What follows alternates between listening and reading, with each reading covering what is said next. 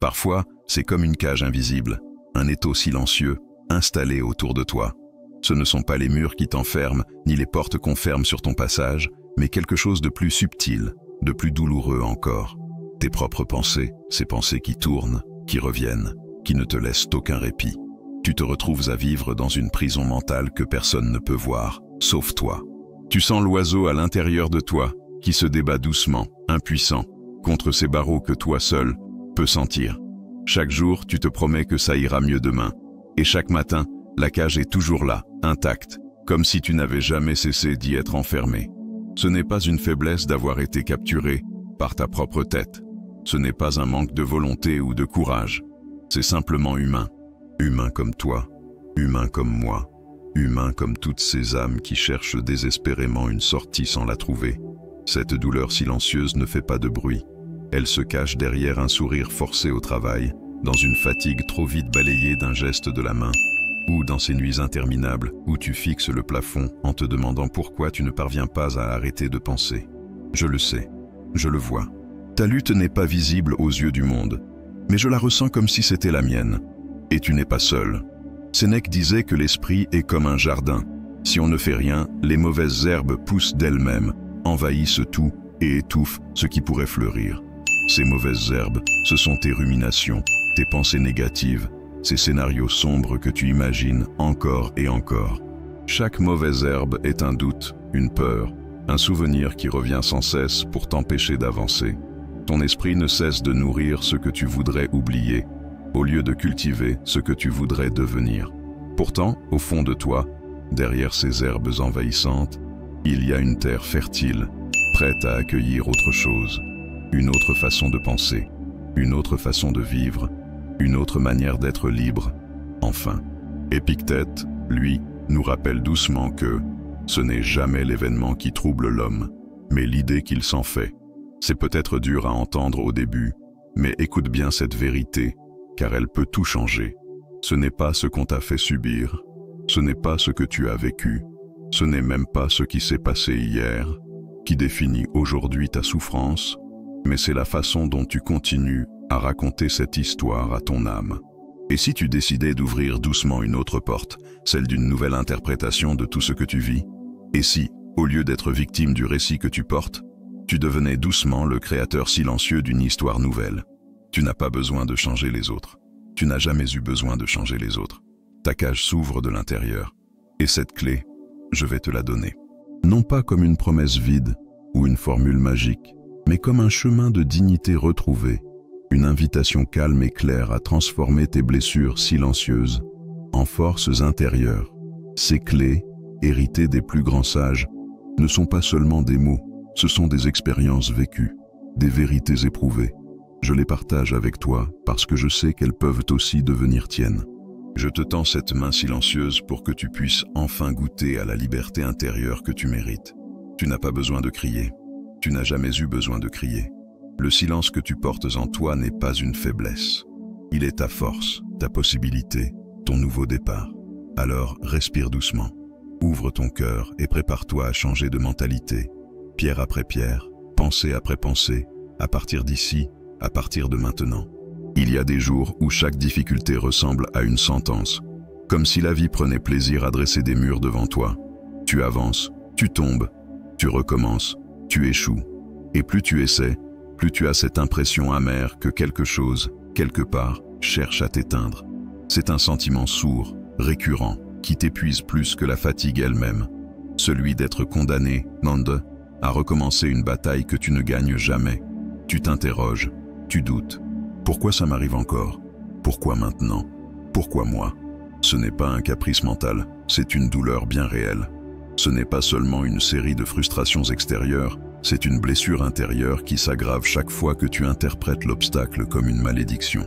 Et c'est là que réside la distorsion. Car ce que tu appelles échec n'est peut-être pas un refus du monde. C'est peut-être une ouverture déguisée. Une manière brutale mais sincère que la vie a trouvée pour te ramener à toi. Sénèque l'a écrit avec une clarté qui traverse les siècles. Ce qui entrave le chemin devient le chemin. L'obstacle n'est pas un mur. L'obstacle est un miroir. Il te renvoie à ta posture, à ta force, à ton regard. Ce n'est pas la vie qui est injuste, c'est notre idée de la facilité qui est fausse. Et si tu pouvais apprendre à regarder autrement, non pas avec les yeux de la peur ou de la colère, mais avec ceux de la lucidité? Et si chaque blocage devenait une rampe? Et si ce que tu vis n'était pas une punition, mais une invitation? Cela demande un autre réflexe, une autre manière de penser. Pas facile, mais possible. À la première frustration, au lieu de te contracter, respire. Et demande-toi ceci: qu'est-ce que cette épreuve cherche à m'enseigner? Rien que cette question, posée avec sincérité, peut désamorcer l'impulsion destructrice.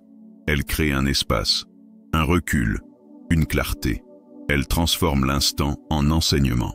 Et même si la réponse ne vient pas tout de suite, le simple fait de poser la question commence à t'alléger.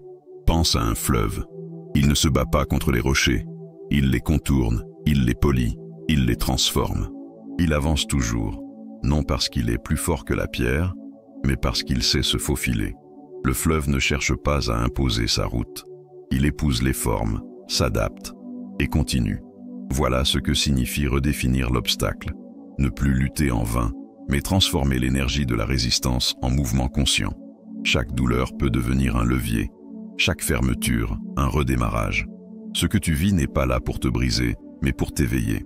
Pas pour te punir, mais pour te révéler à toi-même. Il faut du courage pour changer de regard. Mais ce courage, tu l'as déjà.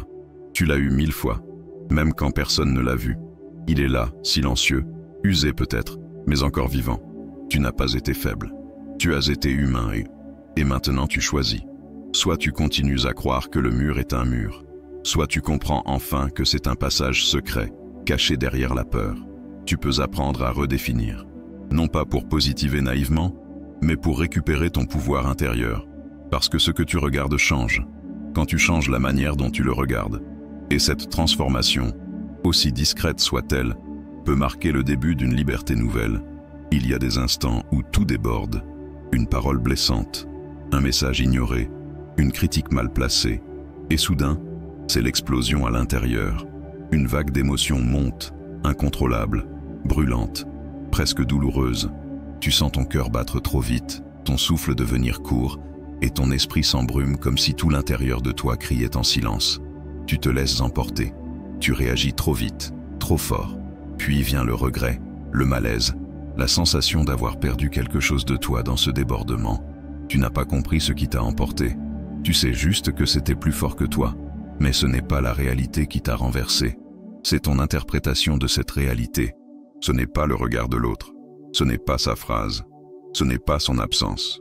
C'est ce que ton esprit a décidé d'en faire, en une fraction de seconde.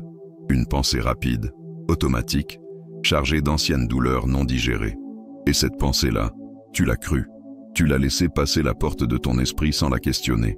C'est cette ouverture-là qui t'a blessé, pas l'événement. Épictète, une fois encore, vient poser la main sur cette vérité.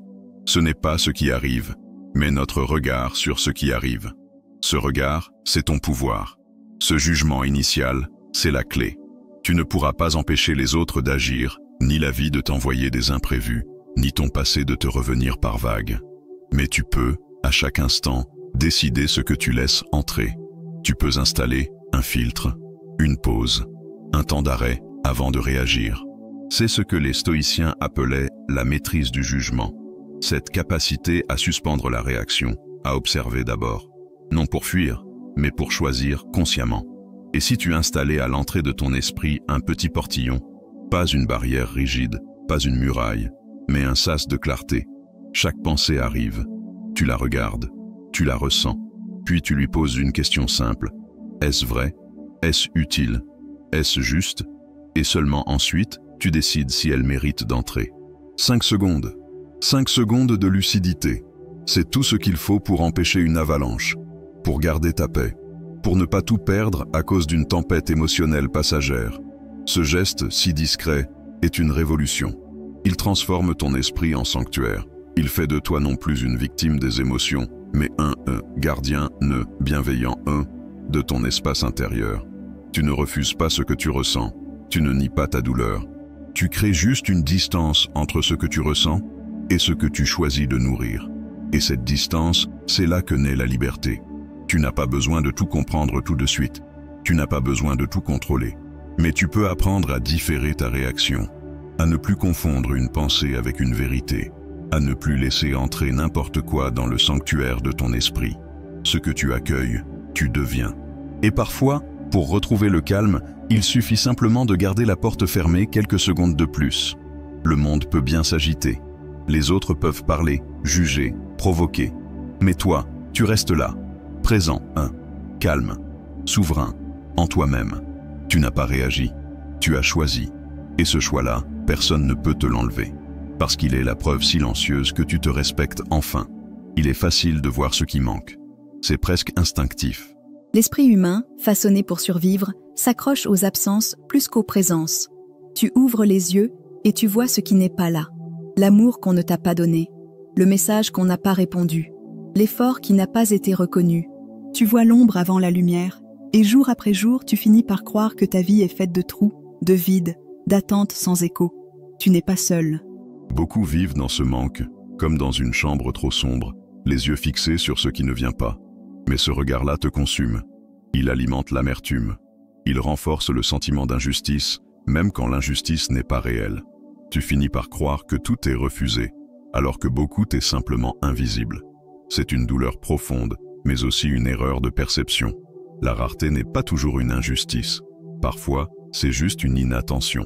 Ce n'est pas le monde qui est vide, c'est ton regard qui est fatigué. Sénèque, une fois encore, nous invite à un retournement doux mais radical. Compte tes bienfaits comme on ramasse des pierres précieuses. Il ne parle pas de naïveté. Il ne parle pas de positiver à tout prix. Il parle d'un geste volontaire, d'un acte intérieur de rééquilibrage. Il parle d'une discipline discrète, celle de chercher, chaque jour, ne serait-ce qu'un éclat dans la nuit. Ce geste-là n'est pas une consolation. C'est un acte de souveraineté. La gratitude active n'est pas un sentiment passif. Ce n'est pas attendre que quelque chose d'exceptionnel se passe pour enfin dire merci. C'est le choix conscient d'allumer, chaque soir, 3 petites lampes dans la cave de la vie. Même si la pièce est froide, même si le silence est pesant, même si personne ne te voit, tu allumes. 3 instants, 3 images, 3 détails, un café partagé, un rayon de lumière sur le mur, une respiration calme au réveil. Ce sont des choses que l'on oublie vite, mais quand tu les notes, elles deviennent réelles, elles prennent forme, elles pèsent dans la balance du jour. Ce n'est pas la taille de ce que tu reçois qui compte, c'est la présence que tu y mets. C'est cette manière presque tendre de dire à la vie « je te vois », même quand tu es discrète. C'est un langage entre toi et l'existence, un dialogue silencieux qui ne dépend de personne d'autre. Et plus tu le pratiques, plus ton regard change. Tu ne deviens pas aveugle à la douleur, tu deviens plus juste, plus équilibré, plus ancré dans ce qui est là, ici, maintenant. Ce rituel de gratitude n'efface pas les blessures, mais il empêche qu'elles soient les seules à écrire ton récit. Il donne de la place à autre chose, à la beauté, même fragile, à la douceur, même fugace, à la lumière, même faible. Et petit à petit, quelque chose en toi se transforme. Tu ne vis plus dans le manque, tu vis dans la reconnaissance. Non pas parce que tout va bien, mais parce que tu choisis de voir aussi ce qui va. Tu n'as pas besoin de recevoir plus. Tu as besoin de voir plus clairement, de sentir que, même au cœur des manques, il y a des trésors qui ne brillent que pour ceux qui savent regarder autrement. La gratitude n'est pas une émotion, c'est un choix. Et ce choix-là peut changer l'atmosphère entière de ton esprit. Une pensée après l'autre, un merci à la fois. L'incertitude épuise. Elle use les nerfs, consume la paix, fragilise l'âme. Tu t'étires mentalement dans toutes les directions. Que va-t-il dire? Va-t-elle revenir? Est-ce que ça va marcher? Et pendant que tu anticipes 1000 scénarios, pendant que tu cherches à tout maîtriser, la vie continue d'avancer sans toi. Tu cours derrière ce que tu ne peux pas toucher. Tu t'inquiètes de ce qui échappe à ta main. Et ce qui est là, ici, sous ton contrôle direct, tu l'oublies. C'est une confusion que beaucoup vivent sans s'en rendre compte. On passe des journées entières à s'angoisser pour des décisions qui ne nous appartiennent pas. On se détruit pour des paroles qu'on n'a pas prononcées. On attend des réactions qu'on ne contrôle pas. Et on finit par croire que notre bonheur dépend des humeurs du monde, des autres, du hasard. Ce sentiment d'impuissance s'installe alors comme une fatigue sourde, une oppression lente. On a l'impression que tout peut basculer à tout moment, et l'on vit dans un état de tension chronique. Mais si tu regardes bien, il y a quelque chose d'inversé dans cette manière de vivre. Tu perds ton énergie à vouloir modeler l'extérieur pendant que l'intérieur se désorganise. Tu veux tenir le vent alors que tu laisses ton gouvernail sans main. Marc Aurèle, dans un moment de lucidité pure, a écrit cette phrase simple: « Accepte ce qui t'échappe. Agis sur ce que tu peux façonner. » Tout est là. Tout est contenu dans cette sagesse discrète mais tranchante. Il ne s'agit pas de renoncer. Il s'agit de rediriger ton pouvoir vers ce qui dépend vraiment de toi. Tu ne peux pas forcer quelqu'un à t'aimer. Tu ne peux pas empêcher un imprévu. Tu ne peux pas garantir que tout se passe comme tu l'espères. Mais tu peux décider de la qualité de tes pensées. Tu peux choisir la justesse de tes mots. Tu peux ajuster la manière dont tu respires, dont tu marches, dont tu réagis. C'est là que commence le vrai pouvoir. Il est petit, discret, mais constant. Il ne crie pas, il agit. Imagine-toi au gouvernail d'un bateau. Le vent souffle, les vagues se lèvent, le ciel change sans te demander ton avis. Mais tes mains sont sur la barre, tes décisions influencent la direction. Tu ne choisis pas la météo, mais tu choisis la manœuvre. Voilà le contrôle interne. Ce n'est pas ignorer la tempête, c'est rester présent, dans la tempête. C'est choisir tes gestes, un par un, sans attendre que le calme revienne pour exister pleinement. Chaque matin, tu peux te poser cette question simple. Qu'est-ce que je maîtrise aujourd'hui? Qu'est-ce qui dépend entièrement de moi? Et puis tu t'y tiens. Tu t'enracines dans ces zones de pouvoir. Elles sont parfois minuscules, mais elles sont réelles. Et quand tu y places ton attention, tout change. L'anxiété recule, la peur se dissout. Parce que tu retrouves un territoire à toi, solide, stable, inaltérable. Ce n'est pas une illusion de contrôle, c'est une discipline intérieure. C'est l'acte silencieux de se recentrer, de se rassembler, de se respecter. Tu ne laisses plus ta paix dépendre des autres. Tu ne donnes plus ton pouvoir au chaos. Tu reviens à l'essentiel, ce que tu peux modeler jour après jour, pensée après pensée. Et cette fidélité à toi-même, aussi simple soit-elle, devient ta plus grande force. Il y a des douleurs qui s'accrochent. Elles s'installent en toi comme des locataires indésirables. Tu les portes au réveil. Tu les ressens dans le creux du ventre. Tu les entends dans le silence des soirs trop longs. Elles ne crient pas toujours, mais elles restent là, obstinées, comme si elles s'étaient inscrites dans ton identité. Tu finis par croire que c'est pour toujours, que ce mal, cette blessure, cette peur, ne partiront jamais. Tu te fies à ce que tu ressens sur le moment. Et comme ce moment semble figé, tu penses que la douleur l'est aussi. Tu oublies que tout passe. Tu oublies que même les tempêtes les plus violentes ont une fin. Tu oublies que tu as déjà survécu à des chagrins que tu croyais insurmontables. Parce que le présent, quand il est douloureux, a cette capacité étrange de t'enfermer dans l'idée d'une éternité. Mais cette éternité n'est qu'une illusion. Sénèque, avec sa sagesse dépouillée, le disait sans détour. Tout passe, tout change, même la douleur est invitée, puis repart. Et si tu laissais cette phrase entrer en toi, doucement, comme un baume, et si tu la laissais t'enseigner que rien n'est figé, même pas ce que tu ressens en ce moment, rien n'est éternel, ni la joie, ni la tristesse. Ce qui te fait souffrir aujourd'hui sera peut-être ton souvenir de force demain. Ce qui semble te paralyser maintenant deviendra peut-être la racine de ta sérénité plus tard. Mais pour cela, il faut apprendre à observer. Observer sans s'attacher. Observer sans s'identifier. Chaque matin, offre-toi un moment de conscience. Ferme les yeux. Laisse venir à toi un souvenir agréable. Respire-le, puis laisse-le partir. Ensuite, laisse monter un inconfort, une tension, une inquiétude. Accueille-la, puis laisse-la s'éloigner, elle aussi, comme des vagues, comme des visiteurs. Tu n'es pas ce que tu ressens, tu es celui ou celle qui ressent. Et cette différence est immense. Les émotions sont comme des nuages. Elles passent, elles s'accumulent, parfois. Elles grondent, parfois. Mais elles ne durent jamais.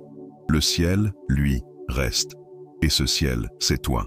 C'est ta conscience stable, silencieuse, capable d'accueillir tout sans se perdre dans rien. Plus tu pratiques cette impermanence bienveillante, plus tu développes une forme de sagesse tranquille. Tu ne cherches plus à retenir, tu ne cherches plus à fuir. Tu regardes, tu laisses être, et tu continues. Ce n'est pas de l'indifférence, c'est une autre forme d'intimité avec toi-même. Une intimité profonde, respectueuse, lucide. Tu ne demandes plus aux choses de durer. Tu les vis pleinement pendant qu'elles sont là. Et quand elles s'en vont, tu les laisses partir. sans colère, sans désespoir, parce que tu sais au fond que rien ne reste. Et que c'est justement cette vérité qui rend chaque instant précieux. Tu n'as pas besoin d'aller mieux tout de suite. Tu n'as pas besoin de fixer un calendrier à ta guérison. Tu as juste besoin d'accepter que tout change, que tu changes, que la vie ne cesse de se transformer, même dans ce que tu crois immobile. Et dans cette acceptation douce, une paix peut naître. Une paix qui ne dépend pas des circonstances, mais de ton rapport au temps. Une paix qui dit, simplement, ça aussi, ça passera. Et quand ce sera passé, tu verras que tu étais plus fort que ce que tu croyais. Tu avances, tu comprends, tu sens que quelque chose s'ouvre en toi. Et pourtant, il y a ces jours où tout semble s'effondrer à nouveau, où tu retombes dans les anciens schémas, où tu réagis comme avant, où la vieille colère revient, la vieille fatigue, les mêmes jugements, les mêmes automatismes. Tu te demandes alors si tout cela a servi à quelque chose, si tu n'es pas en train de te mentir, si tu n'es pas simplement en train de tourner en rond, encore et encore. C'est une douleur que peu osent dire à voix haute, cette frustration de croire avoir compris et de constater qu'on répète encore les mêmes erreurs. Tu t'étais promis d'être plus calme, tu avais décidé d'être plus conscient, et pourtant, dans le feu de l'émotion, tout s'échappe. Tu t'en veux, tu perds confiance, tu penses que tu n'es pas fait l'un pour ça, mais ce n'est pas un échec, c'est un piège. Et ce piège porte un nom, l'impatience. L'impatience de vouloir guérir trop vite, l'impatience de vouloir être parfait, du jour au lendemain. L'impatience de croire que la conscience supprime instantanément les automatismes. Mais l'esprit humain n'est pas un interrupteur, il est un terrain. Et un terrain, ça s'entretient, ça se cultive, chaque jour, pas à pas. Épictète le disait avec une sagesse sans détour, la répétition quotidienne, comme l'huile sur la lampe, entretient la flamme de la vertu. Ce n'est pas une question de force, c'est une question de fidélité. On n'attend pas la saison des récoltes pour commencer à arroser. On n'attend pas d'avoir la paix pour commencer à s'entraîner à la paix. C'est dans le petit, dans le discret, dans l'invisible que naît le vrai changement. Il ne s'agit pas d'un moment spectaculaire. Il s'agit d'un engagement silencieux, intime, avec soi-même. Un rituel, un rythme, une présence constante. Imagine-toi dans un jardin intérieur. Chaque jour, tu y entres 2 minutes. Pas pour tout transformer, mais pour regarder, pour ressentir, pour observer ce qui pousse, ce qui fane, ce qui demande plus d'attention. Tu ne viens pas pour juger, tu viens pour entretenir. 2 minutes le matin, 2 minutes le soir. C'est peu, mais c'est assez pour maintenir vivant ce lien à toi-même. Ce n'est pas un devoir, c'est un rendez-vous sacré avec ton intériorité. Ce rituel ne garantit pas l'absence de rechute. Il garantit la continuité du chemin. Et c'est cette continuité qui transforme. C'est elle qui fait la différence entre un simple élan et une véritable évolution. Il n'y a pas de honte à trébucher. Il n'y a de danger que dans l'abandon. Et même là, il y a encore un retour possible. Toujours. Parce que la sagesse n'est pas une ligne droite, c'est une spirale. Tu crois revenir au même point, mais tu y reviens avec un autre regard, un autre cœur, une autre maturité. Ce que tu vis, ce n'est pas une répétition. C'est une intégration. C'est lent, c'est imparfait, mais c'est réel. Et dans ce rythme humble, dans cette fidélité invisible, tu construis quelque chose de solide, quelque chose que rien ni personne ne pourra t'enlever. Tu te construis, jour après jour, chute après reprise, doute après présence. Et c'est ça, au fond, la véritable discipline. Revenir. Encore. Doucement. Mais toujours. Il y a cette attente silencieuse, presque secrète, que quelque chose change radicalement. Comme si un jour, après tous ces efforts, tu allais te réveiller différent, apaisé, fort, inébranlable, comme si la paix devait arriver soudainement, comme une lumière qui s'allume d'un coup. Et puis, rien, pas de révélation spectaculaire, pas de transformation visible. Tu es toujours là, avec tes pensées, tes fragilités, tes hésitations. Et tu doutes.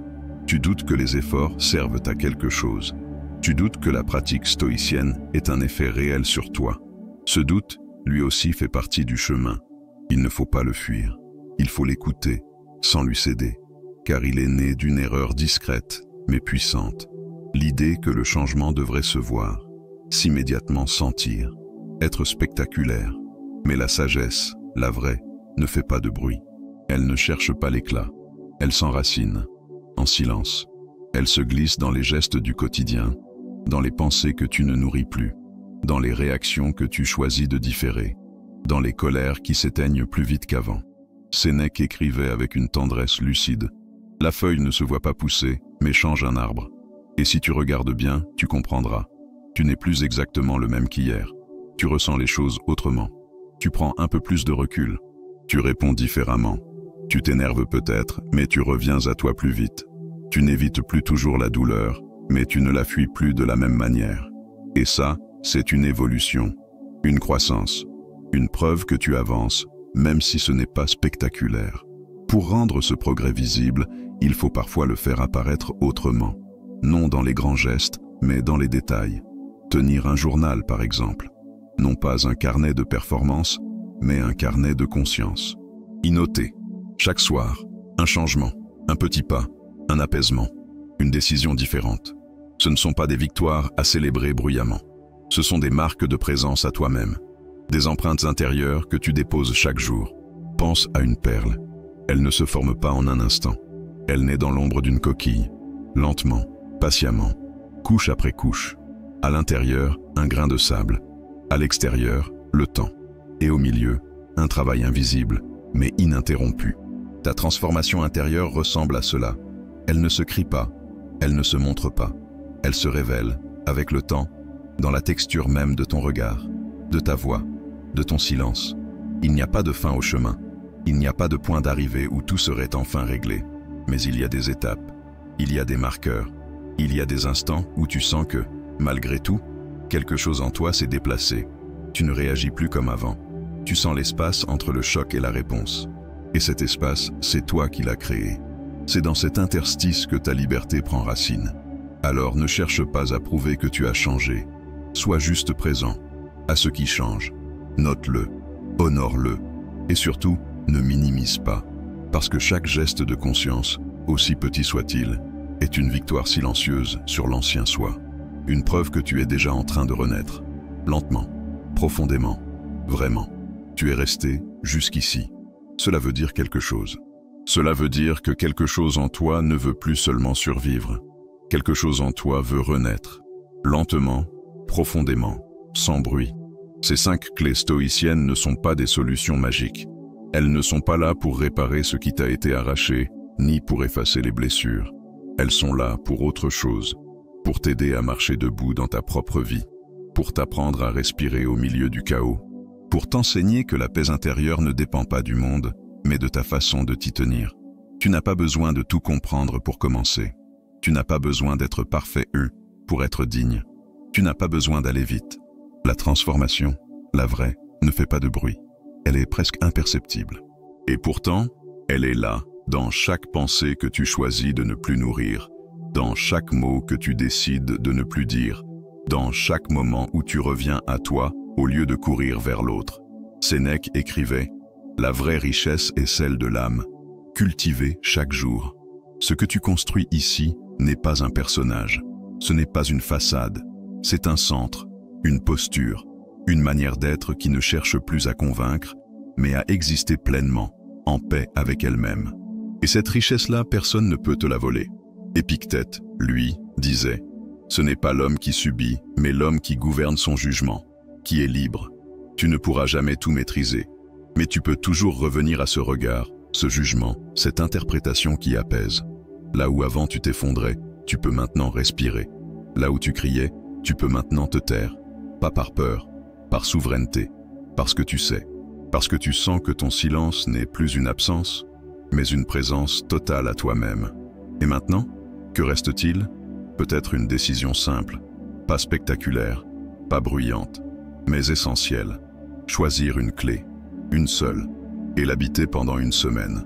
La vivre dans ton corps, dans ta pensée, dans ton regard. La pratiquer avec tendresse, avec lenteur, sans pression, et voir ce qui change, ce qui s'adoucit, ce qui s'ouvre. Car ce n'est pas en pensant beaucoup que l'on change, c'est en vivant autrement, pierre après pierre, pensée après pensée. Tu n'as pas besoin d'être compris, tu as besoin de te respecter. Tu n'as pas besoin de crier pour exister. Ton calme est déjà un message. Ta cohérence, un rempart. Ta fidélité à toi-même, une révolution silencieuse. Et si cette vidéo a touché quelque chose en toi, ce n'est pas un hasard. C'est peut-être simplement le moment de ne plus te fuir, le moment de revenir chez toi, à l'intérieur, là où tout commence, là où tu n'es plus prisonnier, mais libre, enfin.